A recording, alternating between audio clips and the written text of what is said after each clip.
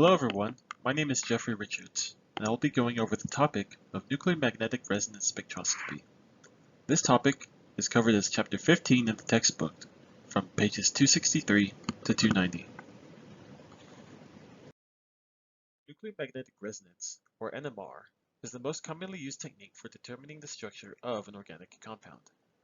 It is useful for identifying the carbon skeleton of a molecule, to which other functional groups are attached. For what NMR can do, it is impressive that only a small amount of sample is required. Further, NMR is considered a non-destructive method of analysis. From one sample, a large amount of data can be obtained, including the number of protons in your molecule, relative position of those protons, and other useful information. Though we won't be covering it in this lecture, it is useful to know that NMR spectra can be obtained for a number of different isotopes, such as lithium-7, fluorine-19, or phosphorus-31. Instead, we will focus solely on two commonly used NMR techniques. The first of which is the topic of proton NMR, which allows for the qualitative and quantitative characterization of hydrogen atoms in a molecule. Afterwards, we will cover carbon NMR, which allows for the qualitative and quantitative characterization of carbon atoms in a molecule. But first, we must talk a bit about nuclear spin. So at the heart of every atom, there exists the nucleus, which is comprised of protons and neutrons.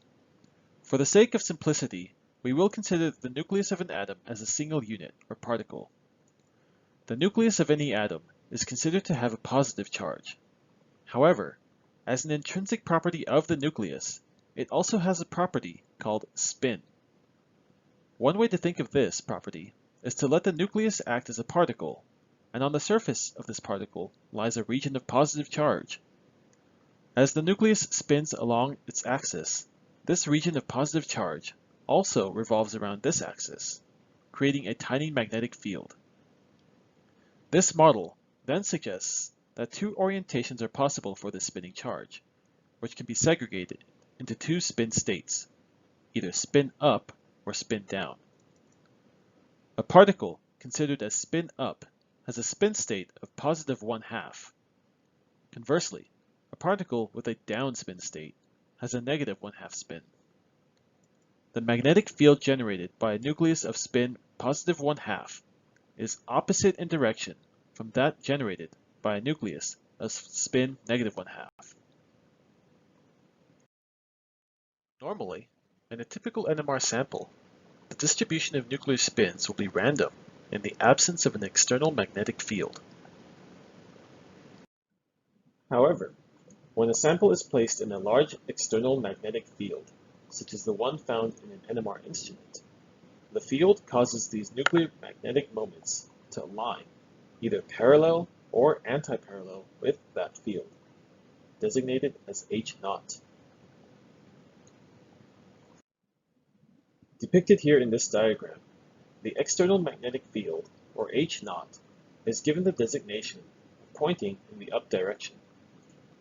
Here, we consider the spin state of two separate nuclei, represented in the diagram as the green arrows on the left, where one nucleus is spinning up, or in the alpha direction, and the other is spinning down, or in the beta direction.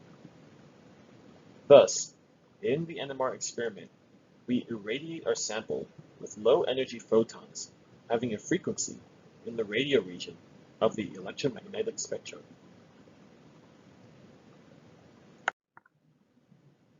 The frequency of the absorbed electromagnetic radiation, or delta E, depends on the energy difference between two nuclear spin states, which is proportional to the applied magnetic field. Resonance occurs when the energy difference between the two spin states matches the frequency of a photon attacking a nuclei. If a photon of the right energy is absorbed by a nuclei in the alpha spin state, then that nucleus will spin flip into the beta spin state. Over time, the beta spin state decays back to the alpha spin state, emitting a photon of its own. This is what we detect in the NMR experiment. So, at the atomic level, the NMR experiment is concerned with the change in the direction of spin orientation of an atom's nucleus. The frequency of absorbed electromagnetic radiation is different for each element, as well as for different isotopes of the same element. Further, the frequency of absorbed electromagnetic radiation for a particular atom's nucleus, such as proton or carbon-13, depends on the molecular environment of the nucleus or the electronic environment.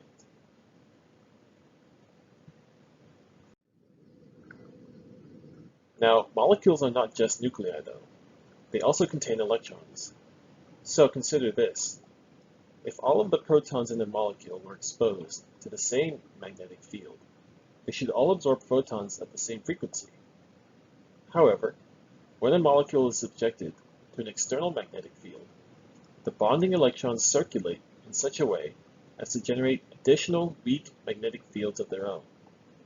In general, these new magnetic fields oppose the large fixed magnetic field, which has the effect of partially shielding the underlying nucleus from the large external magnetic field.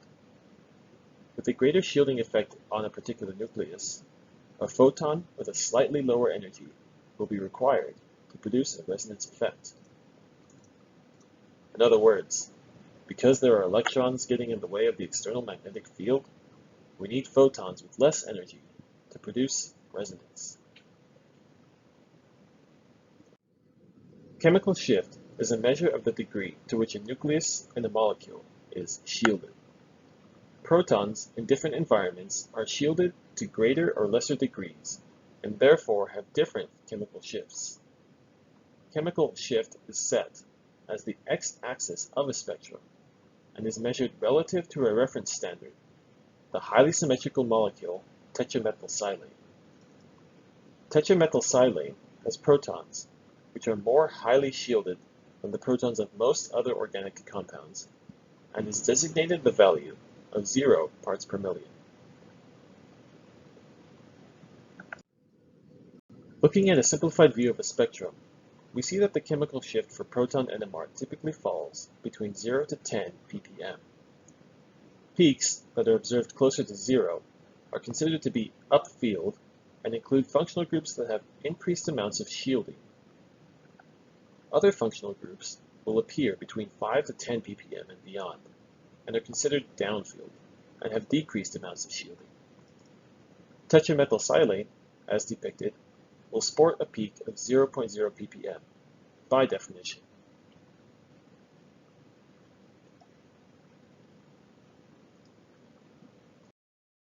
The unit of ppm on the x-axis is used because many different NMR machines use very large magnets of varying sizes.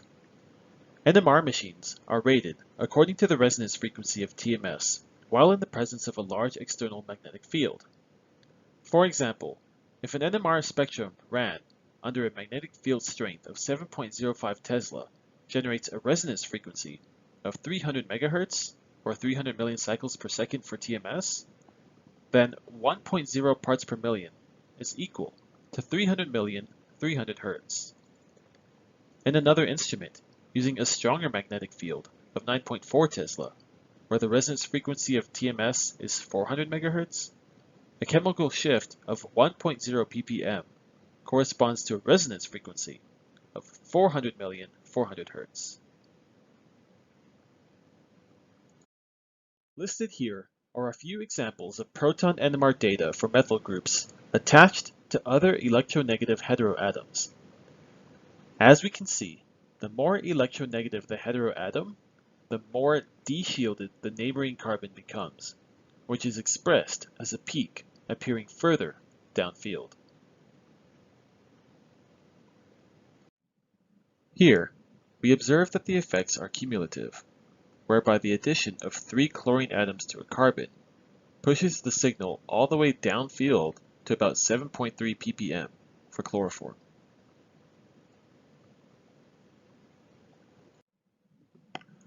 For sp2 carbons, pi electrons located between the carbon-carbon bonds circulate around the bonds, creating an induced magnetic field around the hydrogens, which reinforces the external magnetic field strength.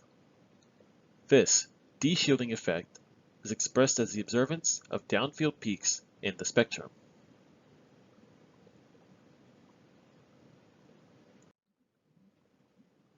What is the information obtained from a proton NMR spectra? A proton NMR spectra will tell you 1. How many different types of hydrogens are in the molecule. 2. The chemical shift data will tell you what type of hydrogens they are. 3. By performing an integration on the peaks obtained, you will learn how many hydrogens of each type exist for your molecule. And 4. The splitting patterns observed will divulge to you the number of neighboring hydrogens for a particular hydrogen atom.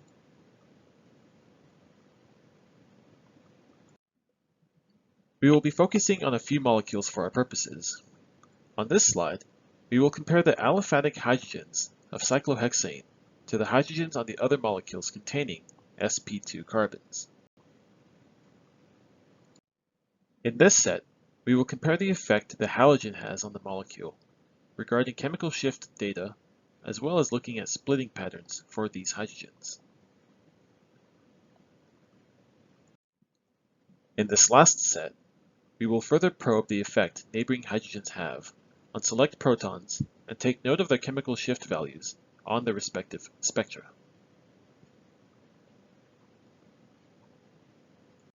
There are many resources available that tabulate general trends regarding where a particular proton is likely to be observed on a spectra.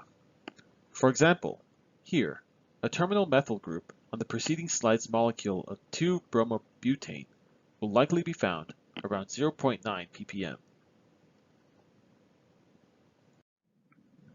Here's another example of the same data, depicting ranges of chemical shift values for particular functional groups. If you decide to stick with chemistry as a career, you will eventually want to memorize some of this information.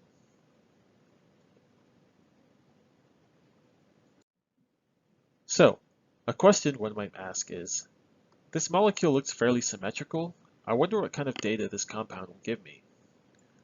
When we look at the molecule drawn on paper or in a computer screen, we note that this is merely a two-dimensional representation of a three-dimensional object. It is through the use of NMR that we are able to observe the chemical environment of each of the molecule's hydrogen atoms and come up with interesting conclusions about the compound.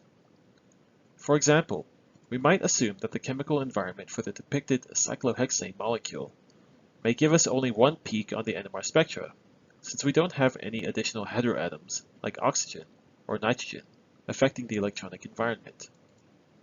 Similar to this, we might postulate a similar narrative for the other molecules depicted due to their relatively symmetrical shape. Here, we can see that the halogen atom is connected to each carbon skeleton in a different way. For tert butyl bromide, one might assume that all of the molecule's methyl groups give a similar chemical shift due to their tetrahedral arrangement in the compound. Conversely, the bromine and 1-bromopropane will likely have a large effect on the chemical shift of the neighboring hydrogens. Depicted, we use the letters A, B, C, and so on as a way to mark the different chemical environments we predict the hydrogens will have for each molecule. Soon, we will correlate these letters to peaks on the experimental NMR spectra to decipher our data. We further assign the chemical environment for each of the different hydrogen atoms on each molecule, so that way, we can expect to see specific peaks when we obtain our NMR spectra. Once we have identified the different types of hydrogens in our molecule, the next step is to simply count the number of hydrogens for each letter we have designated as having a different chemical environment. For example, in paraxylene, we expect that our compound will have two different types of hydrogens in our spectra, due to the hydrogens in the methyl groups versus those residing on the aromatic ring in the center of the molecule. Thus, due to the symmetry inherent in this molecule, we expect our signal from the hydrogens on the methyl groups will, once integrated, provide us with a value of 6.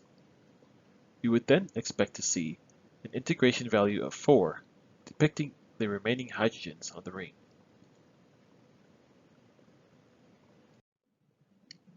Similarly, for the example here using 1-bromopropane, because we predict that the protons for this molecule are in 3 different chemical environments, we hope to see that each signal produced on the NMR spectra will give the following integration values of 3 to 2 to 2. For this example, using tert-butyl bromide, we predict that the 3 methyl groups will integrate to give us one large signal, signifying all 9 hydrogens in this molecule. Finally, for this set of compounds, we look to 2-bromobutane and expect to see the depicted integration values for each set of different hydrogen atoms bound to each particular carbon in this molecule.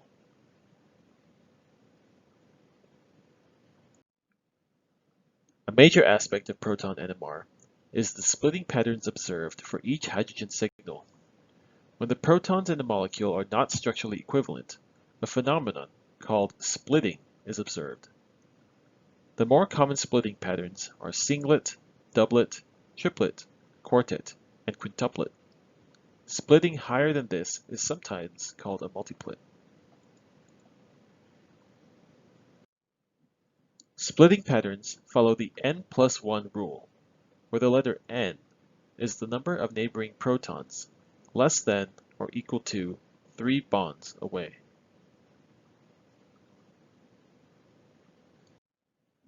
In general, n-equivalent neighboring hydrogens will split a proton NMR signal into an n+1 Pascal's triangle pattern. For example, if n is equal to 2, then by plugging that into the equation of n+1, you get the value of 3. The splitting pattern you would then observe is a signal with 3 peaks, called a triplet. This triplet will show up on your spectra as having one tall peak, flanked on either side by 2 smaller peaks, and a 1 to 2 to 1 ratio. Note: to truly see this effect nicely, N must be a chemically equivalent neighboring hydrogen to give rise to a Pascal splitting pattern. If the neighbors are not equivalent, then you will see a much more complex pattern, also known as a complex multiplet. Also of note, the alcohol hydrogen on an OH functional group usually does not split neighboring hydrogen signals, nor is it itself split. Normally, this signal produces a singlet with an integration value of 1 and a chemical shift between 1.0 and 5.5 ppm.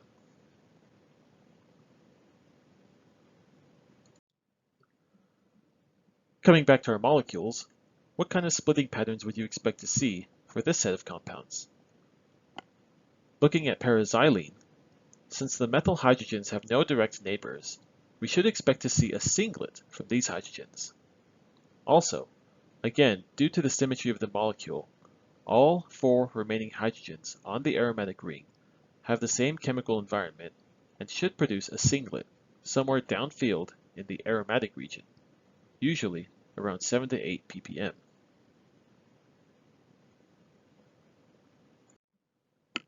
Tert-butyl bromide, with its 3 methyl groups, should produce a singlet since there are no other neighboring hydrogens to consider. Looking at the terminal methyl group labeled as A for 1-bromopropane, we have 3 hydrogens which have 2 neighboring hydrogens. Here, N is equal to 2 for those methylene hydrogens labeled as B. Thus, the signal we expect to see for A is a triplet, which integrates for 3 hydrogens. Finally, in this set of molecules, the hydrogens labeled as group B on 2-bromobutane should give a signal that integrates for 3 and appears as a doublet, due to the neighboring hydrogen labeled as D. Conversely, the signal obtained for D is to be split into a multiplet due to neighboring hydrogens on either side of the carbon. The following are the NMR spectra for the compounds shown previously. Here, cyclohexane is observed as a singlet located upfield. We can assume that since there are no other signals to compare with, that this one lone peak must integrate for the entire value of all 12 hydrogens on the molecule.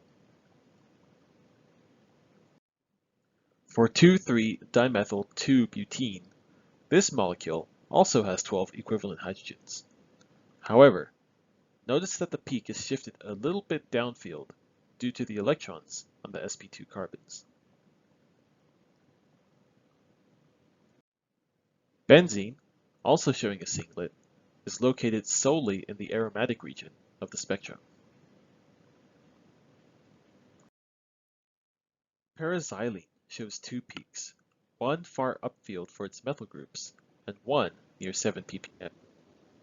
When integrated, the area under the signal for each peak affords a ratio of 3 to 2, signifying the 6 methyl hydrogens and the 4 hydrogens bound to the ring.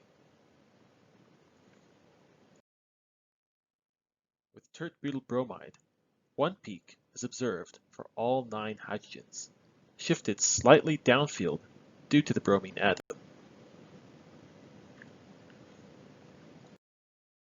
For ethyl bromide, this compound is an excellent example of the expected splitting patterns one should see, following the n+1 rule mentioned before.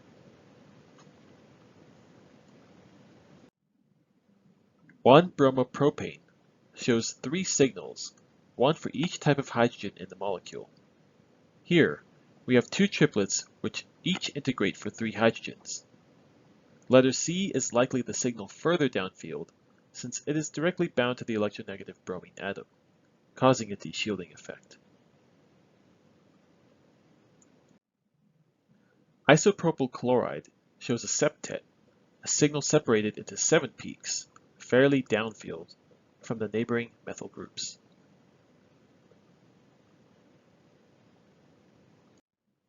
For 2-bromobutane, the signals obtained for B and C have similar chemical shift values and are seen overlapping in the spectra. However, the integration for D as 1 and A for 3 should allow one to decipher the remaining peaks and obtain useful data. Orthomethylbenzyl chloride. For this compound, we observe the occurrence of 2 singlets for groups A and B, along with a mixed signal in the aromatic region, integrating for 4 hydrogens.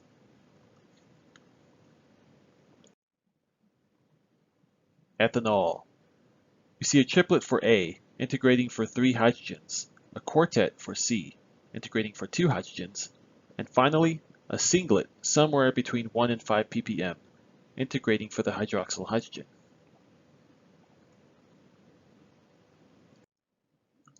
Here's ethylbenzene.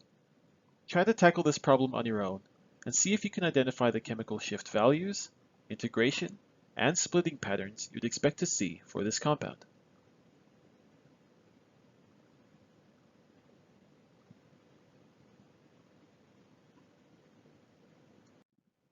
You should have come up with 3 different groups for your hydrogens, with the terminal methyl giving a triplet, the methylene hydrogens giving a quartet, and the aromatic hydrogens giving a large signal in the aromatic region.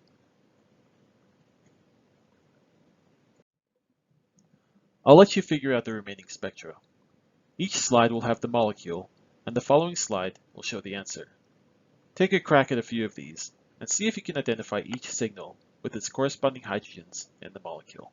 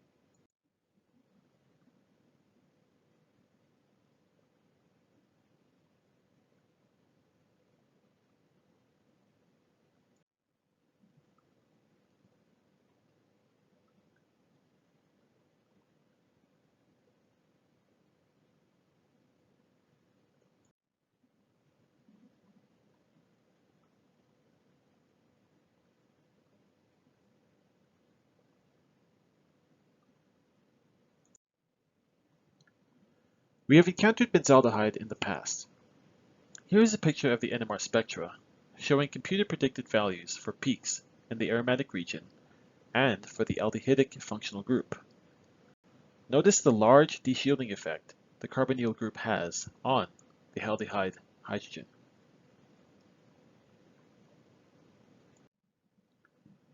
There exist a number of resources which will allow you to predict the chemical shift values for hydrogens on your molecule.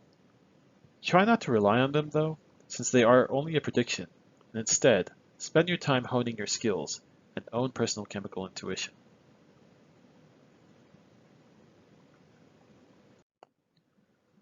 Here's a final example of a proton NMR of isoamyl acetate. This is the kind of data one might expect to see as a researcher, where the peaks you see in your spectra might not always be exactly what you predict.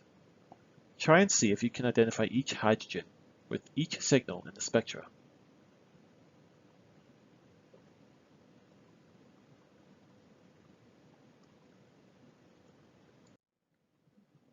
Were you able to identify the correct peaks?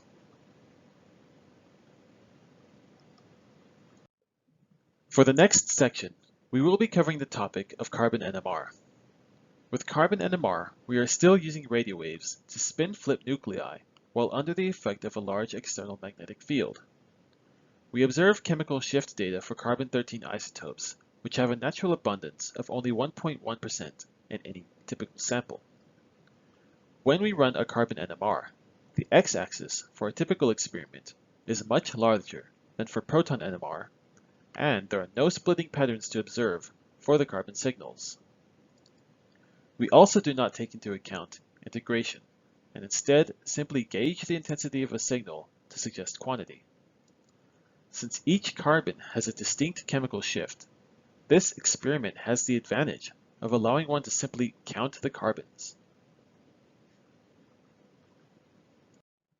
So, to put it succinctly, the information obtained from a C13 NMR spectra is as follows. You can obtain the number of different types of carbons in your sample, and you can compare the chemical shifts of these signals with other molecules.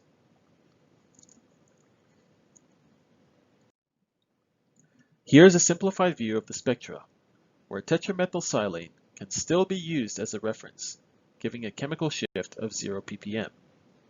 But now, we extend the x-axis of our spectral window to 200 ppm. Here's a bit of data listed for our convenience, showing the effect of electronegative substituents on an alkyl chain. Between all four compounds, the terminal methyl and internal methylene carbons give relatively close chemical shifts at 25 to 27 parts per million and 10 to 12 parts per million respectively. However, when we consider the carbon bound directly to the heteroatom of choice, we observe a noticeable change in chemical shift values for this carbon, with oxygen having the greatest deshielding effect out of the bunch.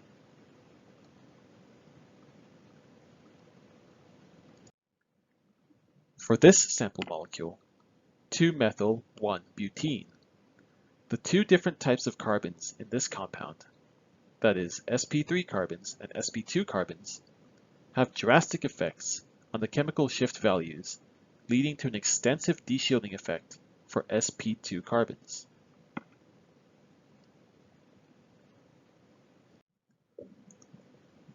This table was taken from the textbook and outlines the predicted chemical shift values for a number of different functional groups. You can use this table to easily identify peaks in your carbon NMR. So, back to our previous molecules. How many signals do you expect to see for the following carbon NMR spectra?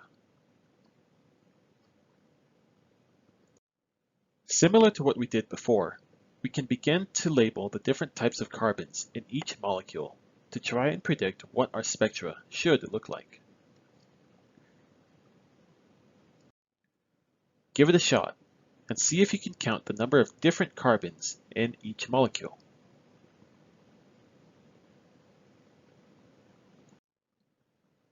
Cyclohexane has only one type of carbon in its structure, giving way to a large peak upfield. Benzene has 6 carbons, all equidistant from one another, and gives a single peak, reliably, in the aromatic region of the carbon NMR spectra.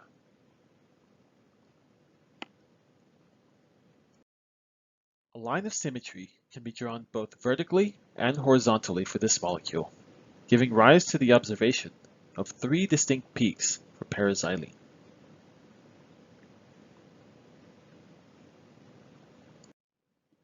Here, again due to symmetry, only 2 types of carbons are observed for this compound, with one acting as an sp3 carbon and the other acting as an sp2 carbon. For 2-bromobutane, the terminal carbon furthest from the electronegative halogen has the smallest ppm value, followed by the other terminal carbon in the molecule. The methylene carbon comes in with a ppm value of around 35, followed by the carbon with the halogen bound to it. Tert-butyl bromide only has 2 peaks, a single large peak upfield encompassing all 3 primary carbons, and a second peak for the quaternary carbon with the halogen bound to it.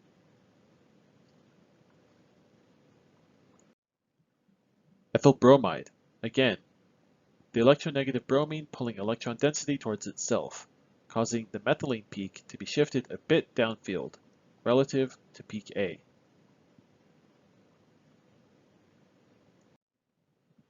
A very similar situation here for 1-bromopropane, with the carbon backbone being affected solely by the location of the halogen atom in the carbon chain.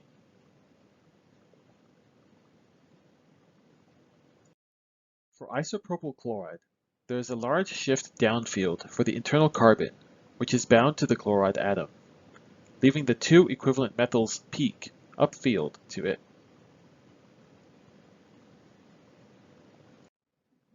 For 2-bromobutane, peak A is the furthest carbon from the halogen, and D is bound directly to bromine. However, in this case, peak B is upfield to peak C. There are other NMR techniques one can use to discern peaks B from C if one was interested in deciphering the spectra. But for now, suffice it to say that C is likely downfield from B due to inductive effects of the neighboring methyl group.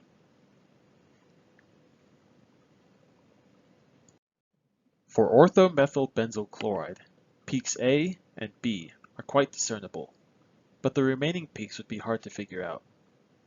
Just know that C, D, E, and F are located within the aromatic region of the spectra. G and H can be figured out with a bit of work, since H is bound to the carbon closest to the halogen.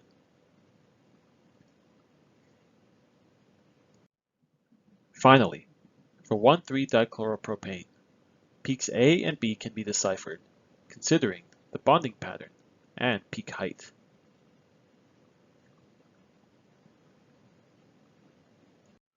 So, in conclusion, NMR spectroscopy is considered the gold standard for organic molecule structure elucidation. Proton NMR can provide insight into the molecular environment of the hydrogens in a molecule, and carbon NMR provides insight into the carbon backbone of organic compounds. When combined, these 2 spectra can be used as proof that you have correctly synthesized your desired compound. Thanks for watching.